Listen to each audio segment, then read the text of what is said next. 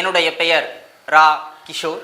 நான் 2ஆம் ஆண்டு ஆங்கில இலக்கியம் தூய வளனார் கல்லூரி தன்னாட்சி திருச்சிராப்பள்ளியில் படித்து வருகிறேன். என்னுடைய உரை நான் முதல்வர் ஆனால் என்ற தலைப்பில் உங்களிடையே துவங்குகிறது.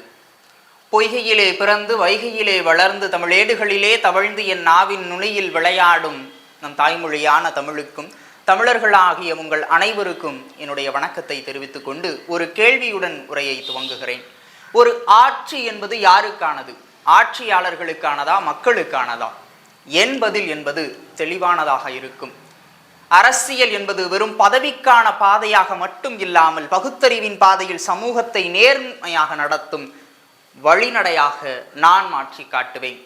நான் முதல்வரானால் வளர்ச்சி என்பது எது என்று மக்களுக்கு புரிய வைப்பேன். வெகுஜன மக்கள் வறுமையில் வாடிக்கொண்டிருக்கும் போது ஒரு சிலர் மட்டும் மாளிகையில் அமர்ந்து விருந்து உண்பது வளர்ச்சியா? அது அநீதி. நான் முதல்வரானால் வேலை செய்ய திறமையுள்ளவர்கள் அலைந்து திரிய மாட்டார்கள், விவசாயிகள் தற்கொலை செய்ய மாட்டார்கள். மனித வாழ்வின் மேம்பாடு என்பது பொருளாதார வளர்ச்சிக்கு சமம் என்பதே என் பொருளாதார கணக்கு. நான் முதல்வரானால் என் மாநிலத்தில் உயரமான கட்டிடங்களை கட்டிவிட்டால் மட்டுமே உயர்ந்த மாநிலமாக ஆகிவிடாது என்பது எனக்கு தெளிவாக தெரியும்.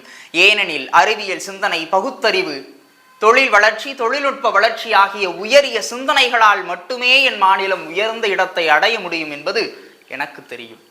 நான் முதல்வரானால் கல்வி வெறும் வியாபாரமாக மட்டுமே இராது. ஏழைகளின் கடைசி தேர்வாக இருக்கும் அரசு பள்ளிகள் அனைவருக்குமான மிகச்சிறந்த தேர்வாக நான் மாற்றி காட்டுவேன். ஏனெனில் ஒருவன் படித்தால் அந்த சமூகமே முன்னேறுவதற்கான அடித்தளத்தை அவனால் இட முடியும்.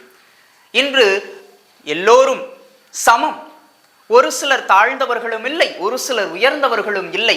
பிறப்புக்கும் எல்லா உயிர்க்கும் செய்தொழில் வேற்றுமையான் யாதும் ஊரே யாவரும் கேளிர் என்பது வெறும் மேடை பேச்சின் அலங்கரிப்பாக மட்டுமே இருந்து வருகிறது. அது நான் முதல்வரானால் மக்களின் வாழ்வியல் ஒழுங்குமுறையாக இருக்கும். இன்னும் ஒரு கேள்வியை கேட்டுவிட்டு என்னுடைய உரையை நிறைவு செய்கிறேன். பணம் இருப்பவனுக்கு மட்டும்தான் கல்வியும் உடல் நலமும் மிகச்சிறந்த வாழிடமும் கிடைக்க வேண்டுமா? இந்த கேள்வியே அவமானத்தின் ஒரு எச்சமாக கருதுகிறேன். அந்த எச்சத்தை துடைத்துவிட்டு என் மக்களுக்காக நான் போராடுவேன். நன்றி, வணக்கம்.